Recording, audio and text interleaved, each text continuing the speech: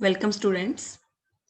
हमने हमारी last class में तुलनात्मक राजनीति का अर्थ और विशेषताओं को डिस्कस किया था और आज हमारी इस क्लास में हम तुलनात्मक राजनीति का विषय क्षेत्र एवं उपयोगिता को डिस्कस करेंगे, अर्थात scope and utility of comparative politics. तो चलिए शुरू करते हैं आज का हमारा टॉपिक, तुलनात्मक राजनीति का विषय क्षेत्र। जैसा कि हमने लास्ट क्लास में भी डिस्कस किया था कि तुलनात्मक राजनीति क्या होती है, कि जब हम दो या दो से अधिक देशों के शासन व्यवस्था का गहनता के साथ अध्ययन करते हैं तो वो तुलनात्मक राजनीति कहलाती है। अर्थात दूसरे शब्दों में हम कह सकते हैं तुलनात्मक राजनीति पश्चिमी, गैर पश्चिमी और साम्यवादी देशों की शासन संस्थाओं का तुलनात्मक अध्ययन एवं विश्लेषण है। आज हम डिस्कस करेंगे तुलनात्मक राजनीति का विषय क्षेत्र क्या है। जी हाँ, हम ये कह सकते हैं कि जो तुलनात्मक राजनीति है, कंपैरेटिव पॉलिटिक्स है, उसमें हम किस किस चीज का अध्ययन करते हैं यानी कि विश्लेषण करते हैं, उसे ही हम तुलनात्मक राजनीति का विषय क्षेत्र कहते हैं। तुलनात्मक राजनीति का जो विषय क्षेत्र है वो बहुत ही गतिशील है, बहुत ही विशाल है। इसके क्षेत्र में औपचारिक, गैर औपचारिक तत्वों का अध्ययन भी शामिल होता है। अर्थात हम इसमें औपचारिक और गैर औपचारिक दोनों जो फैक्टर्स हैं उसको हम डिस्कस करते हैं। जैसे कि हमने लास्ट क्लास में भी डिस्कस किया था कि हम सिर्फ पहले क्या होता था, प्राचीन समय में जब अरस्तु के समय तुलनात्मक राजनीति को शुरू किया गया तो सिर्फ हम औपचारिक, जिसे हम फॉर्मल कहते हैं, यानी कि जो संस्थागत तत्व होते हैं सिर्फ उनका ही अध्ययन करते थे, यानी कि सिर्फ राज्य, सरकार और कानून का। लेकिन अब आधुनिक समय में जब से हमने first world war, second world war के बाद ये महसूस किया कि हमें विकसित देशों के साथ साथ विकासशील देशों का भी अध्ययन करना चाहिए और उसके साथ ही हमें जो बहुत सारे और फैक्टर्स होते हैं जिसे हम गैर औपचारिक तत्व भी कहते हैं, उनका अध्ययन भी हमें तुलनात्मक राजनीति में करना चाहिए। तो इसी प्रकार से हम आज के दिन हम औपचारिक और गैर औपचारिक दोनों तत्वों को इसके अंदर शामिल करते हैं।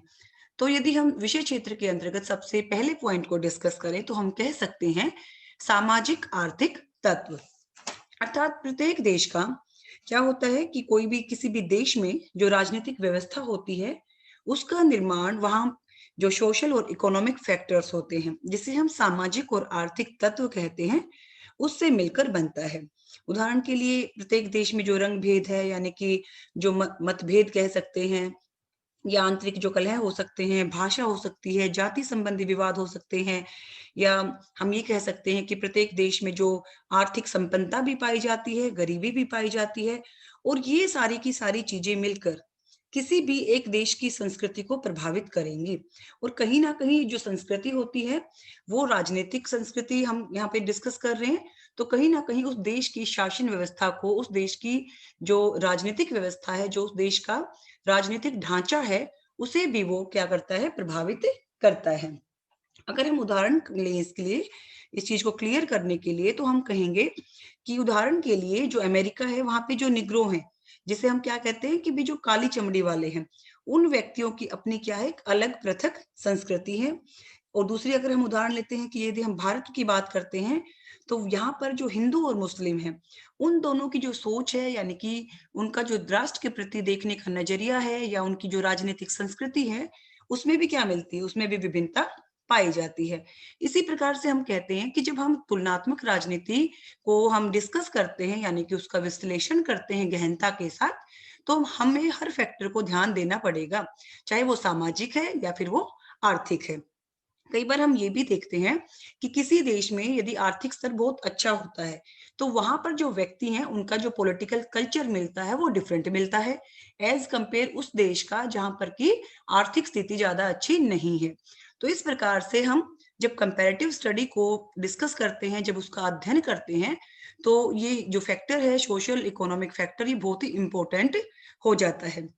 यदि मैं, जैसे आपको पिक्चर में दिख भी रहा है, यदि मैं बात करूं, अभी हाल ही में जो सीएए अमेंडमेंट पास हुआ है, यानी कि जो सिटीजनशिप अमेंडमेंट एक्ट आया है हमारी भारतीय संसद के द्वारा, उसमें क्या हुआ, उसमें कुछ व्यक्तियों ने उसको सपोर्ट किया और कुछ ने क्या किया, उसके अगेंस्ट में चले गए।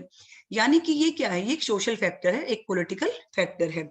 यदि हम दूसरी तरफ बात करें कि जो हमारा इकोनॉमिक फैक्टर है, किसी देश में आज बहुत ज्यादा गरीबी है, भूखमरी है, यानी कि वहां पे बेरोजगारी है, और किसी दूसरे देश में वो क्या मिलती है, आर्थिक संपन्नता मिलती है, वहां पे गरीबी नहीं है, वहां पे शिक्षा का अच्छा स्तर मिलता है, या हम कह सकते हैं कि वहां पर क्या है, सभी व्यक्तियों की जो बेसिक रिक्वायरमेंट्स है वो पूरी की जाती है। तो प्रत्येक देश में कैसा वहां का सामाजिक और आर्थिक स्तर है, उस चीज को हम कंपैरेटिव पॉलिटिक्स में डिस्कस करते हैं। यदि हम दूसरे फैक्टर की बात करें कि और कौन कौन से फैक्टर हो सकते हैं जिसको कि हम कंपैरेटिव पॉलिटिक्स के स्कोप में विषय क्षेत्र में पढ़ते हैं, तो हम कहेंगे विधायी, कार्यकारी तथा न्यायिक संगठनों का तुलनात्मक अध्ययन। जी हाँ, जो तुलनात्मक राजनीति है, यानी कि हम कह सकते हैं कि किसी भी देश में जो सरकार है उसके 3 अंग होते हैं, जिसे हम विधान पालिका, कार्यपालिका और न्यायपालिका के नाम से जानते हैं। अब जब हम कंपैरेटिव स्टडी करते हैं तो हमें हमारे लिए क्या जानना जरूरी है, इसके विषय क्षेत्र में क्या आएगा कि जो ये तीनों संस्थाएं हैं, यानी कि कार्यपालिका, विधान पालिका और न्यायपालिका, इनकी क्या रचना है, किस प्रकार से ये कार्य करता है, क्या इनके बीच में समानताएं हो सकती हैं और क्या इनके बीच में विभिन्नताएं हो सकती हैं। क्योंकि जो सरकार का ढांचा है वो प्रत्येक देश में एक जैसा है, लेकिन क्या वहां पर जो उनके द्वारा जो उनकी जो रचना है, यानी कि जिसे हम फॉर्मेशन कह सकते हैं, या उन ढांचों के द्वारा जो काम किया जाता है, क्या वो एक समान होता है? नहीं, उसमें हमें विभिन्नता देखने को मिलती है। तो ये चीज, इस चीज का अध्ययन भी हम यहाँ पर करते हैं। अगर मैं एग्जाम्पल दूं आपको, तो हम कह सकते हैं कि जो अमेरिका के राष्ट्रपति, उसकी तुलना हम किसके साथ कर सकते हैं, हम ब्रिटिश के जो प्रधानमंत्री उसके साथ तुलना कर सकते हैं। दूसरी तरफ यदि मैं बात करूं कि जो ब्रिटिश गवर्नमेंट है, यानी कि जो ब्रिटिश संसद है, उसकी हम अमेरिका के विधानमंडल से कर सकते हैं। या यदि मैं भारत की बात करती हूँ कि भारत की जो हमारी जो सर्वोच्च न्यायालय है, उसकी तुलना अमेरिका के सर्वोच्च न्यायालय से की जाती है कि कौन से किस न्यायालय के पास ज्यादा शक्तियां हैं। तो इस प्रकार हम कहेंगे कि विषय क्षेत्र में विभिन्न देशों की विधायी, कार्यकारी और न्यायिक संगठनों का तुलनात्मक अध्ययन किया जाता है। यदि हम तीसरे फैक्टर की बात करें कि तीसरा फैक्टर क्या हो सकता है जिसका की अध्ययन और विश्लेषण हम तुलनात्मक राजनीति के विषय क्षेत्र में करते हैं, तो हम कहेंगे राजनीतिक दलों और दबाव समूह का तुलनात्मक अध्ययन। राजनीतिक दल क्या होते हैं, किसी भी लोकतंत्र देश का आधार माने जाते हैं, यानी कि उसका बेस होते हैं। क्योंकि जो पॉलिटिकल पार्टीज हैं, जिसे हम राजनीतिक दल कहते हैं, उसके ऊपर ही लोकतंत्र कायम है। और आज लोकतंत्र की निशानी मानी जाती है कि जिस देश में पॉलिटिकल पार्टीज हैं, इट मीन्स वो किसको सपोर्ट कर रहा है, वो डेमोक्रेसी को सपोर्ट कर रहा है, तो इसलिए इसका आधार मानते हैं। फिर हम देखते हैं कि हमारे लिए जानना जरूरी हो जाता है कि किस देश में जो पॉलिटिकल पार्टीज हैं उसका नेचर क्या है, यानी कि उसकी प्रकृति क्या है, किस प्रकार से वो काम करता है, किस देश में जो पॉलिटिकल पार्टीज हैं वो अधिक संगठित हैं और किस देश में वो कमजोर हैं।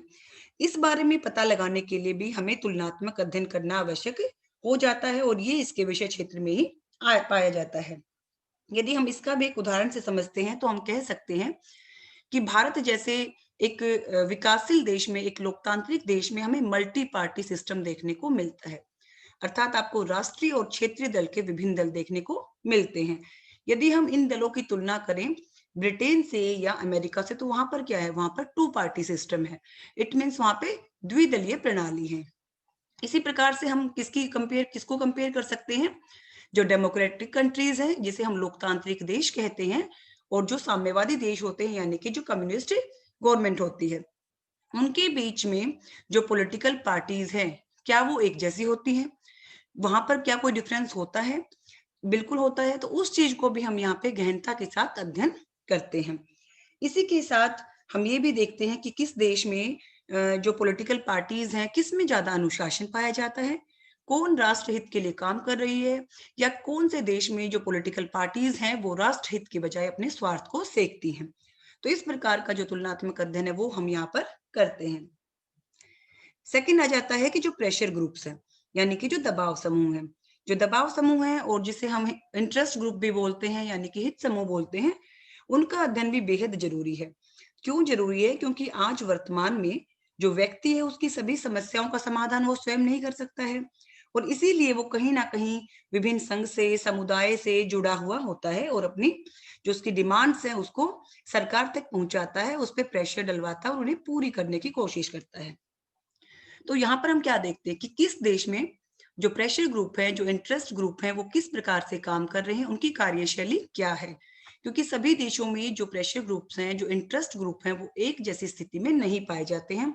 सबसे यदि हम पहले बात करें तो अमेरिका में इसकी शुरुआत हुई प्रेशर ग्रुप्स की, और आज भी वहां पर या ब्रिटेन जैसे देशों में इनकी जो स्थिति है वो काफी मजबूत पाई जाती है एज कंपेयर जो हमारे विकासशील देश है, यानी कि जो हमारे कुछ गरीब देश भी कह सकते हैं एशिया और अफ्रीका के, वहां तो उनकी तुलना हम किसके साथ करते हैं? विकसित देशों के साथ। फिर कितने प्रकार के हैं, या फिर उनके पास शक्तियां क्या हैं, या हम साथ में ये कर सकते हैं कि उनकी जो कार्यशैली है वो कैसी है। तो इस प्रकार से हम इसको भी यहाँ पे डिस्कस करते हैं।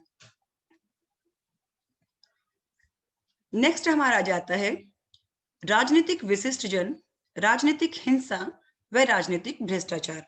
इसमें हमने 3 बातों को डाला है। यदि हम सबसे पहले की बात करें, राजनीतिक विशिष्ट जन, यानी कि तुलनात्मक राजनीति में हर चीज का जो अध्ययन किया जाता है बड़ी ही बारीकी से किया जाता है। ठीक है, तो हम कहते हैं कि भाई कोई भी समाज है, वहां पे क्या होता है कि कुछ व्यक्तियों के हाथ में सत्ता होती है, यानी कि जो शक्ति है, सत्ता है, उसका आधार क्या है और किन व्यक्तियों के द्वारा उस शक्ति और सत्ता को प्रयोग किया जाता है। और प्रत्येक देश में क्या होता है, किसी शासन में शक्ति कुछ विशिष्ट लोगों या कुछ जो एक विशिष्ट वर्ग कहते हैं जिसे हम इलीट बोलते हैं, उसके हाथ में होती है। तो इस प्रकार हम देखते हैं जो इलीट है, यानी कि जो विशिष्ट जनवर्ग है, वो किस देश में किस प्रकार से काम कर रहा है, किसके पास ज्यादा शक्तियां हैं, किसके पास कम है, या कहाँ पर इलीट वर्ग में करप्शन ज्यादा है, कहाँ पर कम है, या उस करप्शन से उसके लोकतंत्र को कितना फायदा हो रहा है, नुकसान हो रहा है, व्यक्तियों के ऊपर उसका क्या प्रभाव पड़ रहा है। इस प्रकार से हम कहेंगे कि जो हमारे, जैसे अगर मैं कहूं कि जो नेताओं की भर्ती है उसका क्या ढंग है, किस प्रकार से मतलब जनता उन्हें पसंद करती है या उनको किस प्रकार से वोटिंग करती है, किस किस आधार पर करती है। साथ ही जो अमीर हैं, गरीब हैं, उनके बीच में क्या संबंध है, यानी कि कितनी खाई है, और क्या वो पॉलिटिकल जो करप्शन है उसको बढ़ा रही है या घटा रही है। इस प्रकार का जो सारी चीजें हैं, यानी कि जो गहन अध्ययन है, वो भी हम इसके विषय क्षेत्र में पढ़ते हैं, डिस्कस करते हैं। साथ ही साथ आज के दिन हम देखते हैं पूरे वर्ल्ड में शायद ही कोई ऐसा देश होगा जहां पर कि राजनीति में अपराध शामिल ना हो, यानी कि कहीं ना कहीं प्रत्यक्ष और परोक्ष रूप से राजनीति में अपराध शामिल हो चुका है। इसकी हम तुलना करते हैं विभिन्न देशों में कि किस देश में जो राजनीति है उसमें अपराधीकरण ज्यादा है और किसमें कम है, क्या उसके दुष्परिणाम आए हैं और किस प्रकार से वहां की सरकार उसे कम करने का प्रयास कर रही है। यद्यपि ये एक विकराल समस्या बन गई है, लेकिन फिर भी इसको इसको जानने के कारण कि क्यों हो रहा है, ये क्यों बढ़ रहा है आज के दिन, इसके पीछे कौन कौन से फैक्टर्स है इंपॉर्टेंट जो कि राजनीति में अपराधीकरण को, राजनीति में भ्रष्टाचार को बढ़ा रहे हैं, और किस देश में उसे कम करने का प्रयास किया जा रहा है। तो वो सारा का सारा भी जो अध्ययन है हमारा, विश्लेषणात्मक अध्ययन है, वो हम यहाँ पर डिस्कस करते हैं कंपैरेटिव पॉलिटिक्स के विषय क्षेत्र में।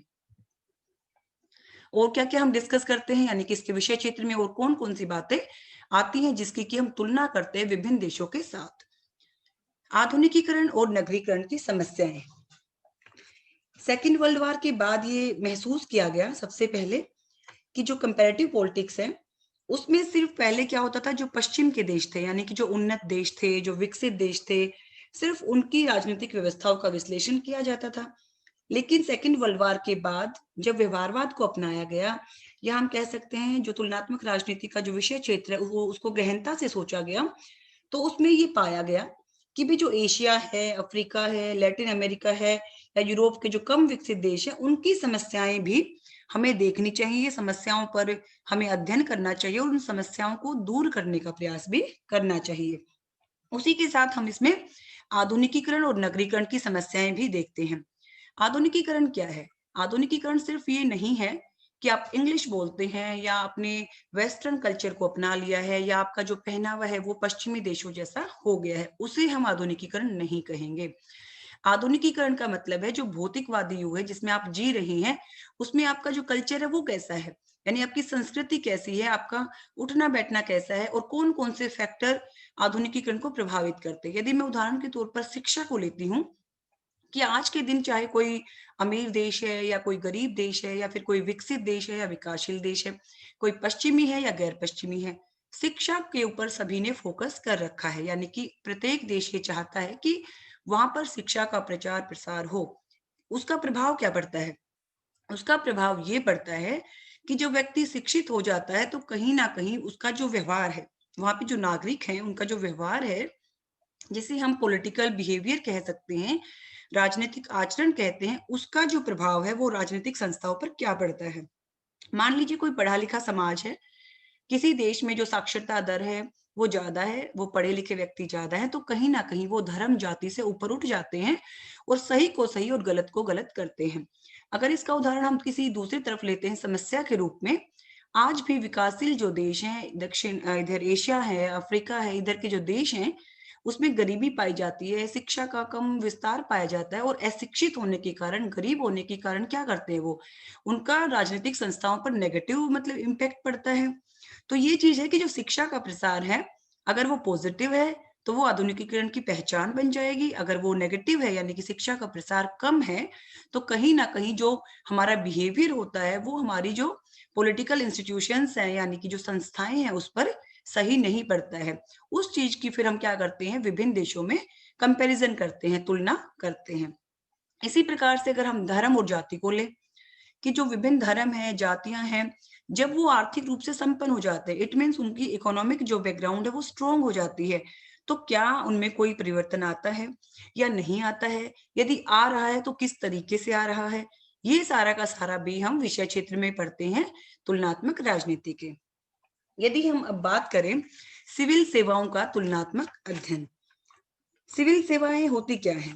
सिविल सेवाओं का अभिप्राय है यानी कि उससे तात्पर्य है सरकारी कर्मचारियों से। अगर मैं बिल्कुल सिंपल और सरल भाषा में प्रयोग करूं तो किसी भी देश की सरकार को चलाने के लिए या कानूनों को बनाने के लिए या कानूनों को लागू करने के लिए या हम कहें प्रशासन को सुचारू ढंग से चलाने के लिए हमें सरकारी कर्मचारियों की आवश्यकता होती है।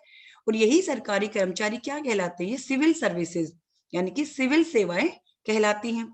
जैसे कि जो विभिन्न हमारे मंत्रालय होते हैं, उसके सचिव होते हैं, उनके प्रशासनिक अधिकारी होते हैं और उन मंत्रालयों में काम करने वाले जो अन्य कर्मचारी होते हैं वो सारे के सारे हमारे इसी कैटेगरी में आ जाते हैं, जिसे हम सरकारी कर्मचारी कहते हैं। अब बात आती है कि यहाँ पे हम कंपैरिजन कैसे करते हैं या फिर क्या होता है या नहीं होता है। तो सबसे पहले हमें समझना जरूरी है, विभिन्न देशों में जो सिविल सर्विसेज है यानी कि जो सरकारी सेवाओं में कार्यरत व्यक्ति हैं, उसकी तुलना की जाती है विकसित और विकासशील देशों के साथ, लोकतांत्रिक और साम्यवादी और गरीब और अमीर देशों के साथ। यदि मैं आपको ये कहती हूँ कि मनुष्य का स्वभाव है, हम क्या जानने की कोशिश करते हैं कि अलग-अलग देशों में प्रशासनिक अधिकारियों की भर्ती का क्या ढंग है। यानी कि किसी देश में क्या है, टेस्ट के बेस पे होता है, मेरिट बेस पे होता है, कहीं पे इंटरव्यू है, कहीं पर इंटरव्यू नहीं है, या कहीं पर डायरेक्ट है, कहीं पर प्रमोशन। इट मीन्स जो प्रशासनिक अधिकारी हैं, उनकी भर्ती का क्या ढंग है।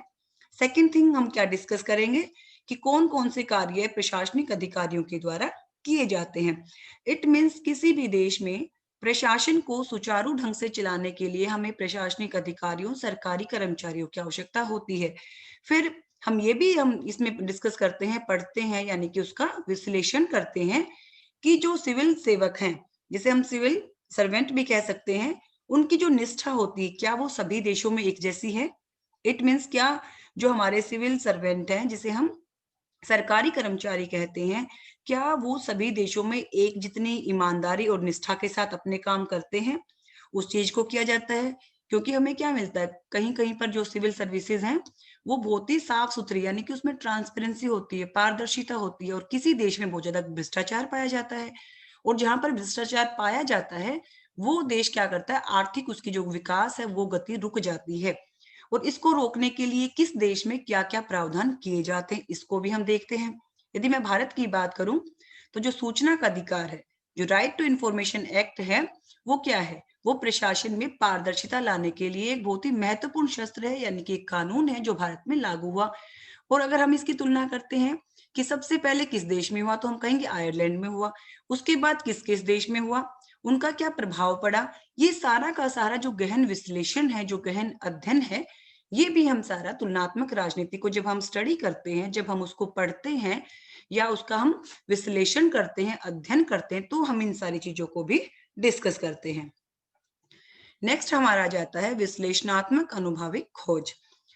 यानी कि जो विभिन्न संस्थाएं होती हैं, उन संस्थाओं में उन संरचनाओं की बजाय कि जैसे कि कार्यपालिका है, विधान पालिका है, न्यायपालिका है, उसकी बजाय हम क्या करते हैं कि भी जो उसमें काम करने वाले जो कार्यकर्ता हैं, उनका जो व्यवहार है उसको स्टडी किया जाता है।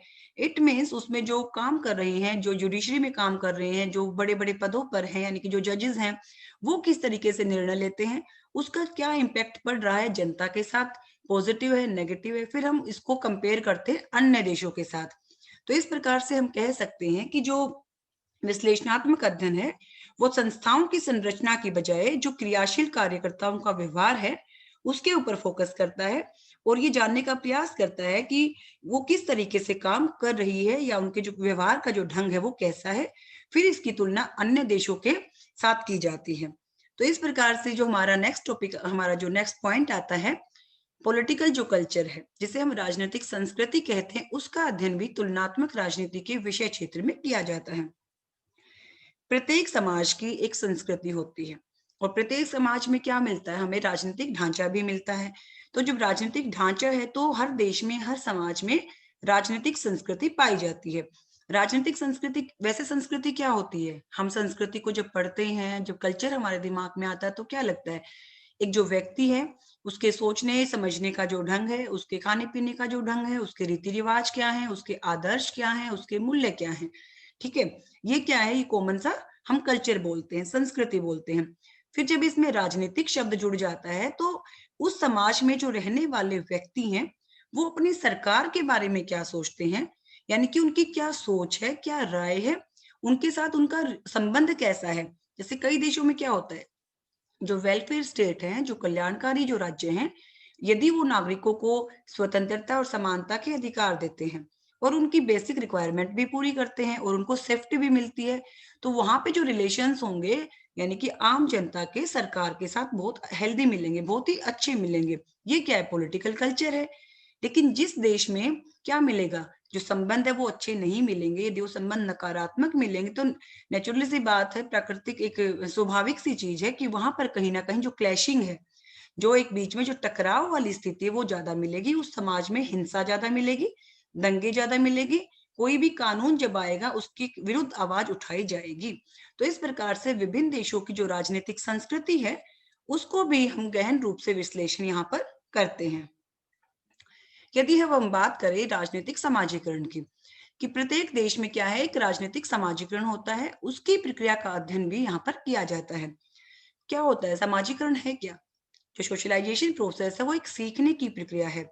और यहाँ पे जब राजनीति शब्द जुड़ गया है तो हम क्या करेंगे कि जो राजनीति शब्द जुड़ गया है उसमें जो हम राजनीति के बारे में हमारे क्या विचार बन रहे हैं, क्या हम सुन रहे हैं, क्योंकि समाज में रहकर ही हम बहुत सारी आदतों को अपनाते हैं, अपने विचारों को अपनाते हैं, अपने व्यवहार को अपनाते हैं।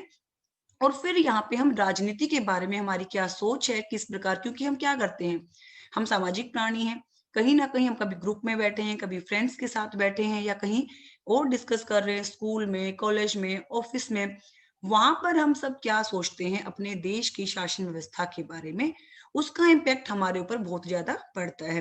यानी कि समाज में रहकर हम राजनीति के प्रति हमारा जो देखने का दृष्टिकोण है उसमें अंतर आ जाता है। फिर इसमें क्या होता है कि जो विकसित देश है और विकासशील देश हैं, उनका कंपैरिजन हम करते हैं कि जो सोशलाइजेशन की जो प्रोसेस है वो एक समान नहीं होती है।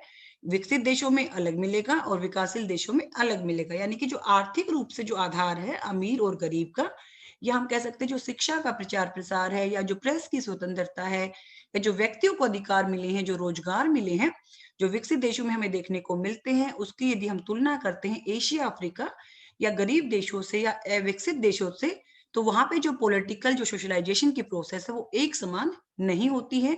वो क्यों नहीं होती है, वो फैक्टर्स भी हम ढूंढते हैं। फिर उसको किस प्रकार से मतलब हम इम्प्लीमेंट कर सकते हैं दूसरे देशों में, उसको भी डिस्कस किया जाता है। और हमारा लास्ट पॉइंट हो सकता है लोगों की राजनीतिक सहभागिता का अध्ययन, study of people political participation. किसी भी देश में ये आज की एक डिमांड भी कह सकते हैं और एक सच भी बोल सकते हैं कि आज किसी भी लोकतांत्रिक देश में उसी देश को सफल माना जाता है जहां पर कि आम जनता अपने देश के शासन में सक्रिय रूप से, बिल्कुल प्रत्यक्ष रूप से बढ़ चढ़कर भाग लेती है और उसे ही क्या कहते हैं, पॉलिटिकल पार्टिसिपेशन। ये भी विषय क्षेत्र में आता है। कैसे आता है?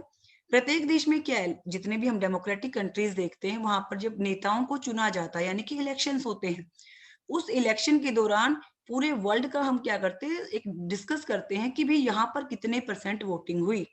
किसी देश में 80% होती है वोटिंग, किसी देश में क्या होता है 70 है, किसी में 50 भी नहीं है। तो इस तरह की, क्योंकि जहां पर हमें हमारी सारी फैसिलिटीज मिलेंगी, हमारा फेथ होगा हमारी गवर्नमेंट में, तो हमारा पार्टिसिपेशन क्या होगा, बढ़ जाएगा, और किसी देश में कम हो जाएगा। तो ये सारा का सारा कि आम जनता राजनीति में क्या सक्रिय भूमिका निभा रही है या नहीं निभा रही है, या नहीं निभा रही है तो कौन कौन से कारण है, वो क्यों नहीं कर पा रही है। फिर दूसरे देशों में यदि वो सहभागिता ज्यादा है तो कौन कौन से फैक्टर हैं। तो ये सारा का सारा हम जो जितना भी हमने पॉइंट्स डिस्कस किए, इन सबको हम तुलनात्मक राजनीति के विषय क्षेत्र में पढ़ते हैं। और इन सबको पढ़ने के बाद, इनका अध्ययन करने के बाद, इनका विश्लेषण करने के बाद हमें पता चलता है अपने देश के साथ अन्य देशों के बारे में भी, कि वहां पर ढांचा क्या है, राजनीतिक विशेषताएं क्या हैं, किस प्रकार का कल्चर है, किस प्रकार का सोशलाइजेशन प्रोसेस है, यानी कि किस प्रकार का सामाजिक और आर्थिक जो उसके फैक्टर्स है वो कैसे हैं। अपने टॉपिक को आगे बढ़ाते हुए स्टूडेंट्स, अब हम डिस्कस करेंगे तुलनात्मक राजनीति के अध्ययन की उपयोगिता, utility and importance of study of comparative politics. जैसे हमने विषय क्षेत्र में डिस्कस किया कि हमें, जब हम तुलनात्मक राजनीति का अध्ययन करते हैं, तो हमें अपने देश के साथ विभिन्न देशों के, चाहे वो पश्चिमी हैं, वो गैर पश्चिमी हैं, या वो अमीर हैं या गरीब हैं, विकसित हैं या विकासशील हैं, सभी देशों की शासन व्यवस्थाओं की गहराई से, बारीकी से हमें पता चल जाता है। साथ ही साथ हम इसमें गैर औपचारिक जो हमारे फैक्टर्स हैं, जो तत्व हैं, उनको भी स्टडी करते हैं। तो कहीं ना कहीं हमें बहुत ज्यादा फायदा देता है। जो फायदा है इसका, जो इसका महत्व है, वही क्या बन जाता है, वही इसकी यूटिलिटी यानी कि इसकी उपयोगिता बन जाती है। तो हम कह सकते हैं कि जो सरकार है, जो राजनीति का तुलनात्मक अध्ययन है, वो बहुत ही प्राचीन है। कि अभी हम ये कहें कि 10 या 20 वर्षों से शुरू हुआ है, तो ऐसा नहीं है। इसका जो प्रयोग है वो प्राचीन यूनान में भी किया जाता था, और अरस्तु ने उस समय, अपने समय, 158 देशों के संविधानों का तुलनात्मक अध्ययन किया था। उसके बाद भी बहुत सारे राजनीतिक विचारक हुए, जिन्होंने की राजनीतिक समस्याओं के समाधान के लिए समय समय पर इस तरीके को, यानी कि कंपैरेटिव मेथड को अपनाया है, और उन्हें अपनाकर उनके द्वारा बहुत ज्यादा फायदा हुआ है। उसी फायदे को हम क्या कहेंगे, उपयोगिता, या उसे महत्व कहा जा सकता है।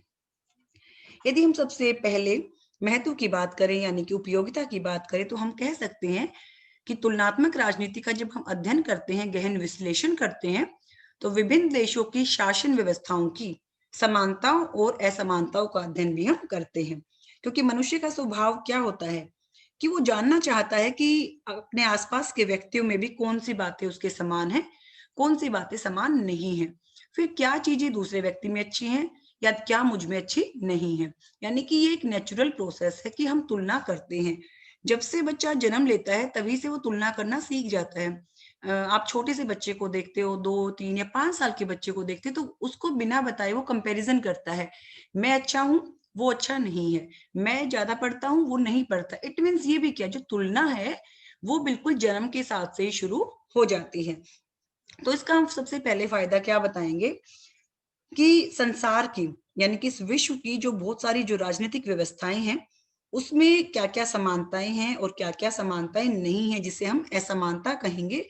उसका जब हम कंपैरेटिव स्टडी करते हैं तो हमें आसानी से पता चल जाता है। साथ ही साथ हमें इसका हमें फायदा भी मिलता है। ठीक है, तो हम कह सकते हैं कि भी यथार्थ रूप क्या है, कि कोई भी जो पॉलिटिकल सिस्टम है या राजनीतिक संस्था है, उसका सिद्धांत क्या है, कि वो थ्योरी में कैसी है, और बाय प्रैक्टिकल यानी कि वो व्यवहार में क्या है। तो सिद्धांत और व्यवहार में क्या अंतर है विभिन्न देशों की शासन व्यवस्थाओं में, इसका अध्ययन हमें, या हम कहें इसका हमें सबसे ज्यादा फायदा होता है। सामाजिक आधार पर, आर्थिक आधार पर, धार्मिक आधार पर, सांस्कृतिक आधार पर, यानी कि विभिन्न आधारों पर विभिन्न देशों की शासन व्यवस्थाओं के बीच में हमें समानता असमानताओं का पता चलता है, जिससे हमारा ज्ञान वर्धन होता है, और हमें ज्ञान, उस ज्ञान को प्राप्त करके कहीं ना कहीं हमें अच्छा भी लगता है, और यदि हमें कुछ कमी है तो उसको हम सुधारने का प्रयास भी करते हैं। यदि हम दूसरे महत्व की बात करें, तो हम कह सकते हैं विभिन्न देशों का संपूर्ण अध्ययन संपूर्ण अध्ययन मतलब कि जब हम एक देश की तुलना दूसरे देश के साथ कर रहे हैं या फिर हम उसकी गहन अध्ययन कर रहे हैं विभिन्न देशों का, तो प्रत्येक देश की हमें सामाजिक स्थिति का, आर्थिक स्थिति का, उसकी सांस्कृतिक स्थिति कैसी है या उसका ऐतिहासिक, जिसको हम हिस्टोरिकल बैकग्राउंड कह सकते हैं, वो कैसा है, इसके बारे में हमें पूरा ज्ञान प्राप्त हो जाता है। इसके साथ ही वो जो राजनीतिक संस्था है उस पर पड़ने वाले प्रभावों का विश्लेषण और वर्गीकरण भी किया जाता है। यानी कि हम ये कहेंगे कि किसी भी देश की जो राजनीतिक अवस्था है उसके साथ-साथ वहाँ के जो सामाजिक, आर्थिक, धार्मिक अध्ययन है, उससे हमें ये पता चलता है कि विभिन्न देशों में परिस्थितियाँ कैसे बदलती हैं, कि जो आज वर्तमान में हमें दिख रहा है, क्या वो इतिहास में भी ऐसा था? क्योंकि यदि हम क्या करते हैं इसमें हम हिस्टोरिकल बैकग्राउंड को भी पढ़ते हैं, उसका ज्ञान भी हमें प्राप्त होता है। ये हुआ दूसरा फ़ायदा। यदि हम तीसरे फ़ायदे की बात करें यानी कि उपयोगिता की बात करें, तो हम कह सकते हैं कि वैज्ञानिक पद्धति के द्वारा अध्ययन किया जाता है। यानी कि ये एक साइंटिफिक मेथड है। जब हम कंपैरेटिव स्टडी को करते हैं यानी कि अध्ययन करते हैं, विश्लेषण करते हैं, तो हम जो मेथड इसमें अप्लाई किया जाता है, वो कौन-सा होता है? वो साइंटिफिक मेथड होता है। जैसे हमने विशेषताओं में डिस्कस इसको किया था। तो जो साइंटिफिक मेथड है, उसमें क्या होता है, मूल्यों को, आदर्शों को हम साइड में रख देते हैं, बल्कि हम क्या करते हैं, यथार्थ अध्ययन इसमें किया जाता है, साइंटिफिक मेथड्स को, टूल्स को यूज़ करके। सबसे पहले हम समस्या को ढूँढते हैं, फिर हम हाइपोथेसिस जिसे परिकल्पना कहते हैं, उसका सहारा लेते हैं, फिर हम परीक्षण करते हैं, फिर उस परीक्षण के आधार पर हमें क्या मिलता है, हमें बहुत सारे आंकड़े जिसे हम डाटा कहते हैं, वो डाटा कलेक्शन होती है और उसके बाद हमें जब बहुत सारा डाटा हमें मिलता है यानी कि एक डीप स्टडी होती है, इसमें परीक्षण किया जाता है, ऑब्जर्वेशन होती है, उसके बाद क्या होता है थ्योरी, जिसे हम सिद्धांत कहते हैं, उसका निर्माण किया जाता है। तो इस प्रकार से हम कहेंगे कि सबसे पहले हम इसमें तथ्य इकट्ठे किए जाते हैं, उनका विश्लेषण होता है, उनका वर्गीकरण किया जाता है और इसके आधार पर फिर क्या होता है लास्ट में हम सिद्धांतों का निर्माण कर देते हैं। यदि इसका मैं एक उदाहरण दूं आपको, अरस्तु ने जब 158 देशों के संविधानों का तुलनात्मक अध्ययन किया था, तो क्या आधार क्या बनाया था उन्होंने कि जो आर्थिक असमानता है वो क्या करती है, आर्थिक असमानता के कारणों का पता लगाने के लिए उन्होंने 158 देशों के संविधानों का अध्ययन किया था, तुलनात्मक अध्ययन किया था और उस पर जो सिद्धांत निकला यानी कि जो थ्योरी निकली यानी कि जो कंक्लूजन निकला, वो क्या निकला कि जो आर्थिक असमानता है, किसी भी देश में जब आर्थिक असमानता पाई जाएगी तो कहीं ना कहीं वो क्रांति को जन्म दे देगी। तो इस प्रकार से हम कहेंगे ये एक साइंटिफिक मेथड है और ये भी इसका फायदा है कि जो जैसा है वो आपको वैसा ही दिखेगा।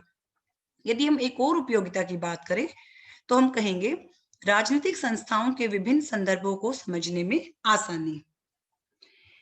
इसको हम कैसे एक्सप्लेन करेंगे कि जो राजनीतिक संस्थाएं हैं उसकी तुलना करते हुए हमें हिस्टोरिकल बैकग्राउंड यानी कि ऐतिहासिक पृष्ठभूमि का अध्ययन करना होता है, उसकी तुलना भी करनी होती है और हमें ये पता चल जाता है कि भाई किस देश में कौन सी जो संस्था है वो किन परिस्थितियों में शुरू हुई है, उसका विकास धीरे धीरे क्या हुआ है, कैसे हुआ है।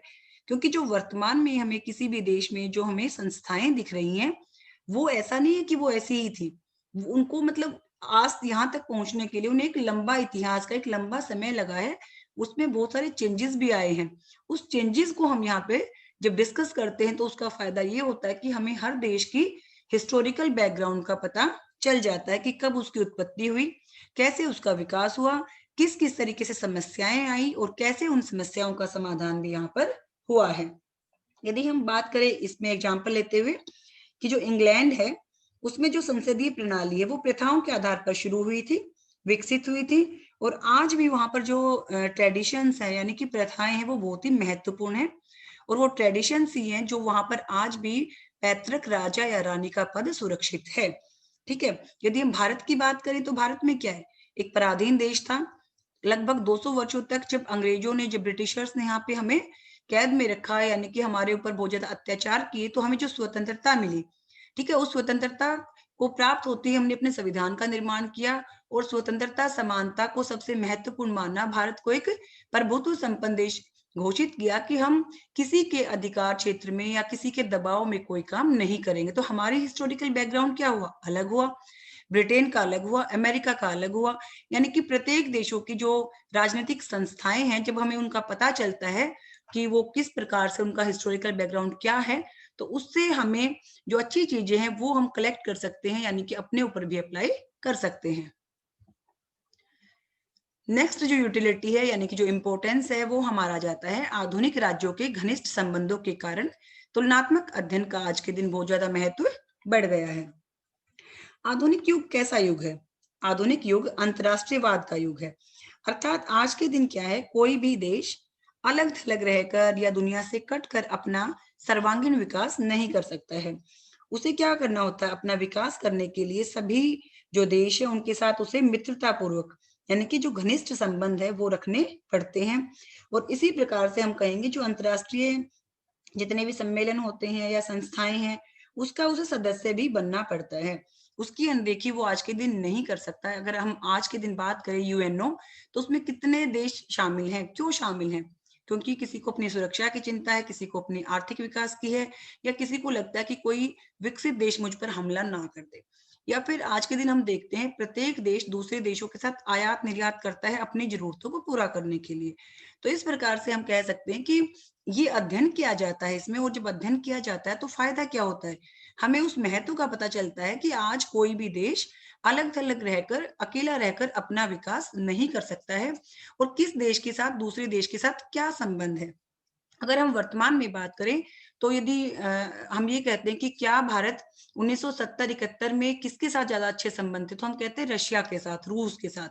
आज के दिन हम देखते हैं वर्तमान में तो हमें लगता है रशिया के साथ भी अच्छे हैं, और हमारे यूएस यानी कि अमेरिका के साथ भी हमारे संबंध क्या हुए हैं, हमारे संबंध मजबूत हुए हैं।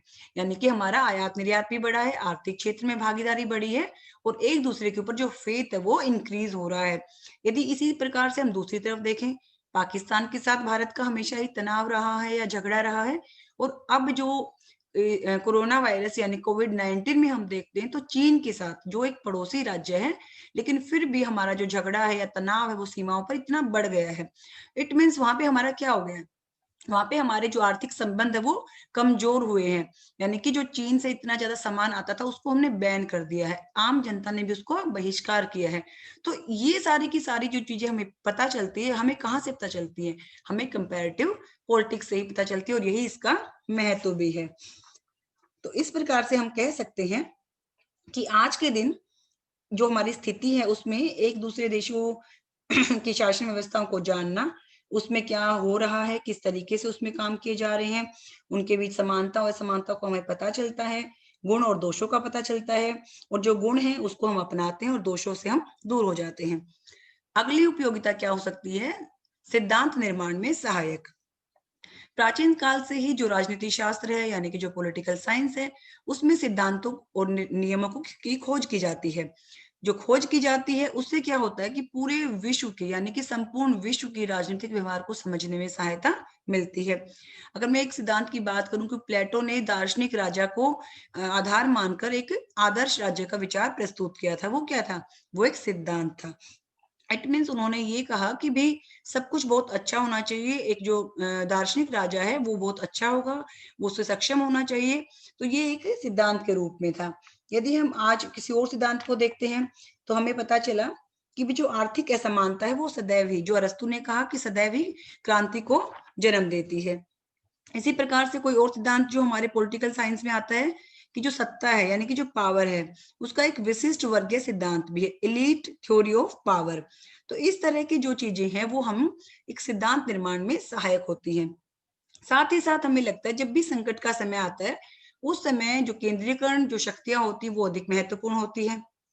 साथ ही हम कई बार सिद्धांत निकालते हैं जहां पे स्वतंत्रताओं का हनन किया जाता है वहां पर जनता में आक्रोश ज्यादा होता है।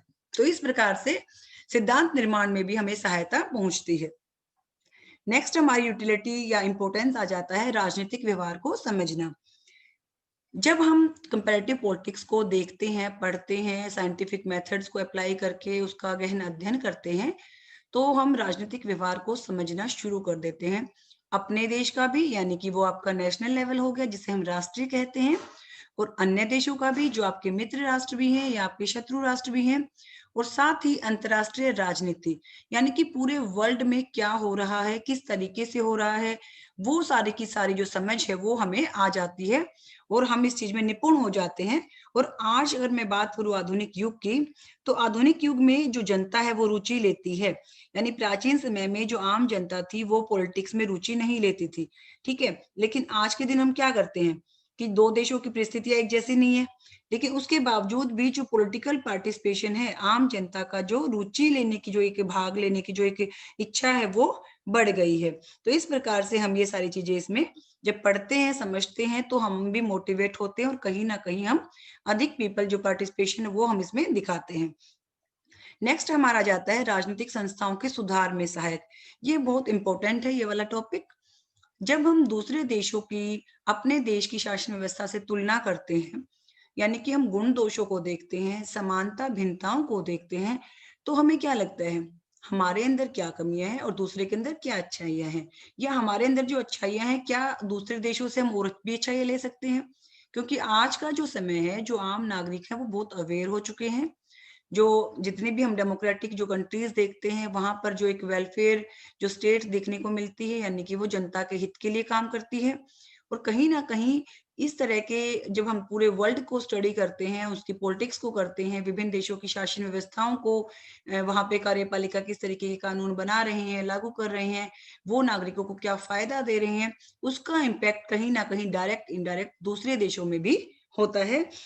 और इससे हम क्या करते हैं, हम अपनी समस्याओं को, यानी कि दूसरे देशों से जो अनुभव हमें प्राप्त होते हैं, उन अनुभवों को हम जब प्रयोग करते हैं, उसके द्वारा अपनी समस्याओं को सुलझाने का हम प्रयत्न करते हैं।